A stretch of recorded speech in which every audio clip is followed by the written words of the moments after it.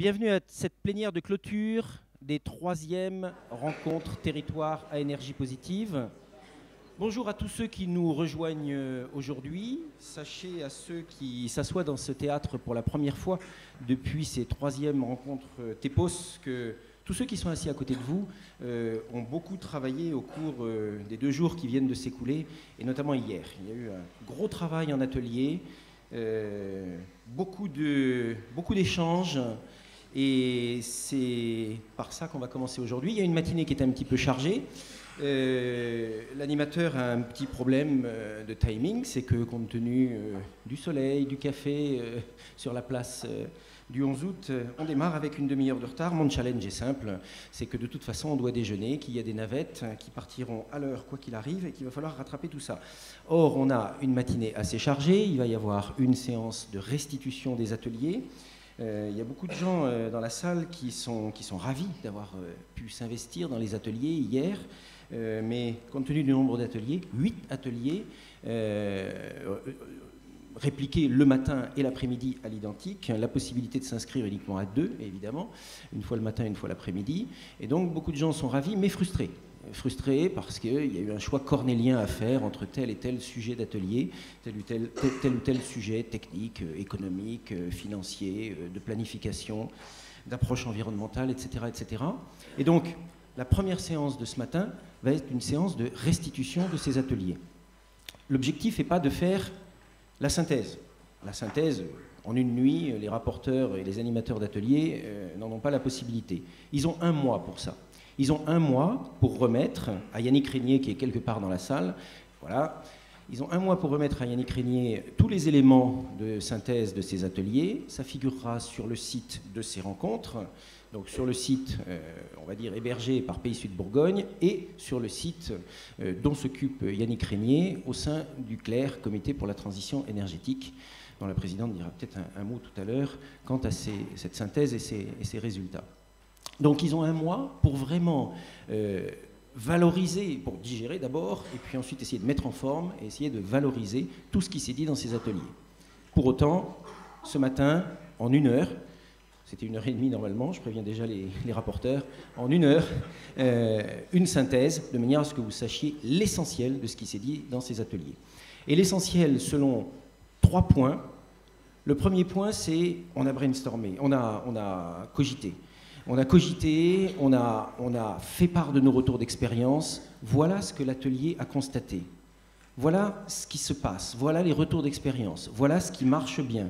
Ce qui marche bien techniquement, organisationnellement, dans le jeu d'acteurs, dans les circuits de financement, dans l'appropriation par les populations de ces projets qui sont déjà là, qui tournent sur le terrain.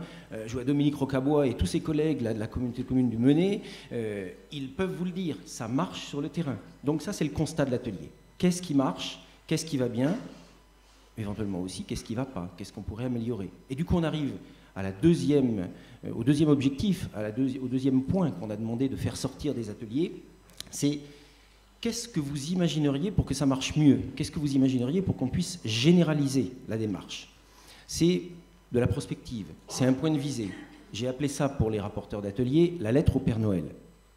Par rapport à tout ce que vous avez pu faire sortir au début de l'atelier, quelle est votre lettre au Père Noël? Comment on pourrait améliorer les choses?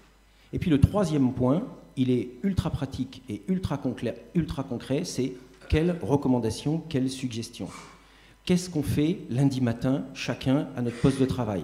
Sur le terrain, les élus dans leur bureau, l'administration, l'instruction des projets, le financement des projets.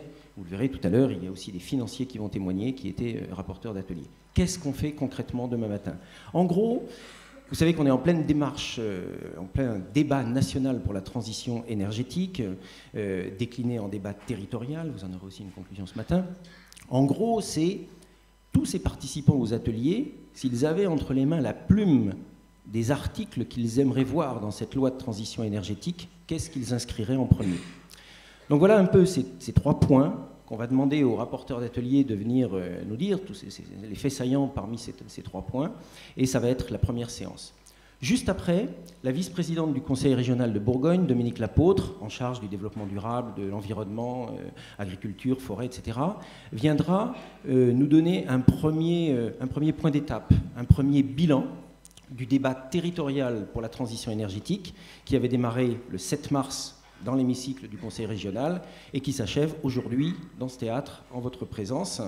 Elle nous donnera là aussi des éléments statistiques, combien de réunions, combien de dizaines de réunions un petit peu partout sur le territoire et qu'est-ce qu'on peut déjà dire, qu'est-ce qui en est sorti. Et puis tout de suite après, on passe du débat territorial à une grande table ronde, une table ronde avec les politiques, une table ronde au cours de laquelle vous aurez un petit peu tous les niveaux d'implication de ce jeu d'acteurs dans le débat territorial sur la transition énergétique. C'est-à-dire que vous aurez à la fois la vision d'une députée européenne, Corinne Lepage, qui viendra, le président Patria, le président de région, vision de région, Corinne Lepage, François Patria, 2 anciens ministres, donc une vision très globale de tout ce qui est en train de se passer. Et puis ensuite, avec Catherine Quignon-Le Tyran, qui attend sagement là au premier rang, la vision à la maille départementale, vice-présidente du Conseil général. Et puis ensuite, la vision avec Jacques Bucky, que je n'aperçois pas au niveau d'une communauté de communes. Donc la vision des élus, ils ont tous plusieurs fonctions, ils sont tous maires. Donc comment les élus concrètement sur le terrain voient les choses. Et puis ensuite, la vision de 3 personnes, la vision de réseau. Un réseau technique. Vous avez Jacques Ravaillot qui est assis là au premier rang, il est directeur de l'action régionale de l'ADEME. Donc la vision du réseau des experts techniques de l'ADEME.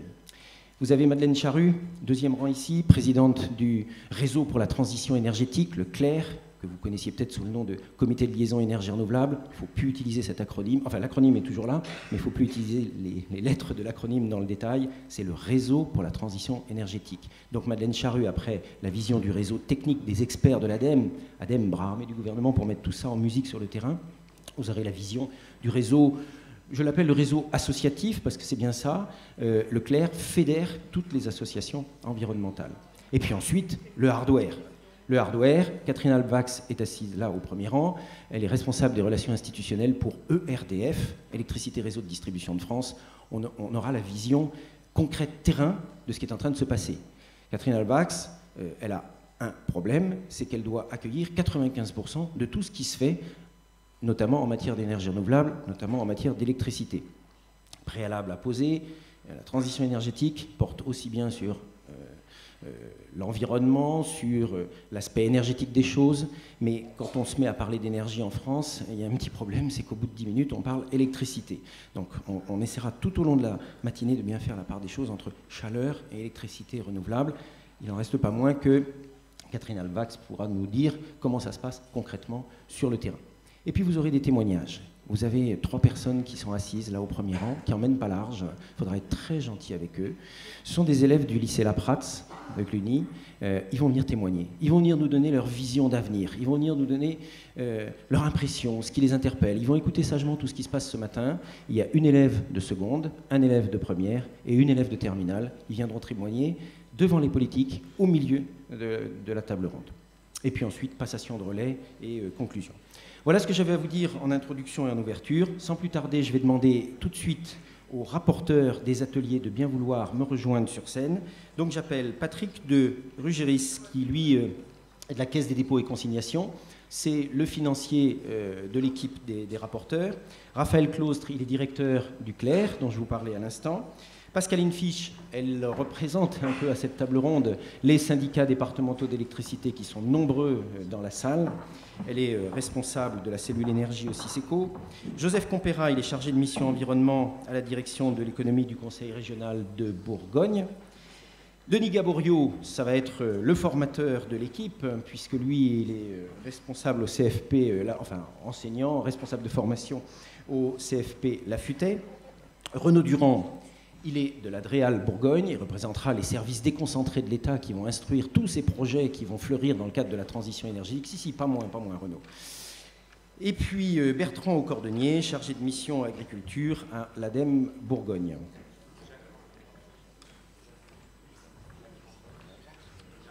Qui j'ai oublié? Jacques Quentin. Oh, Jacques. Comment j'ai pu l'oublier, Jacques? Comment j'ai oublié Jacques? Et puis il disait rien. Hein. Pourquoi j'ai oublié Jacques Quentin?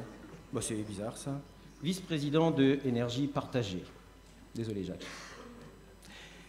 Alors, ils font partie des premiers frustrés de la journée d'hier. Tout le monde a beaucoup travaillé, et puis eux, ils étaient coincés avec de gros guillemets dans leur atelier, et ils ne pouvaient pas suivre, évidemment, les autres thématiques.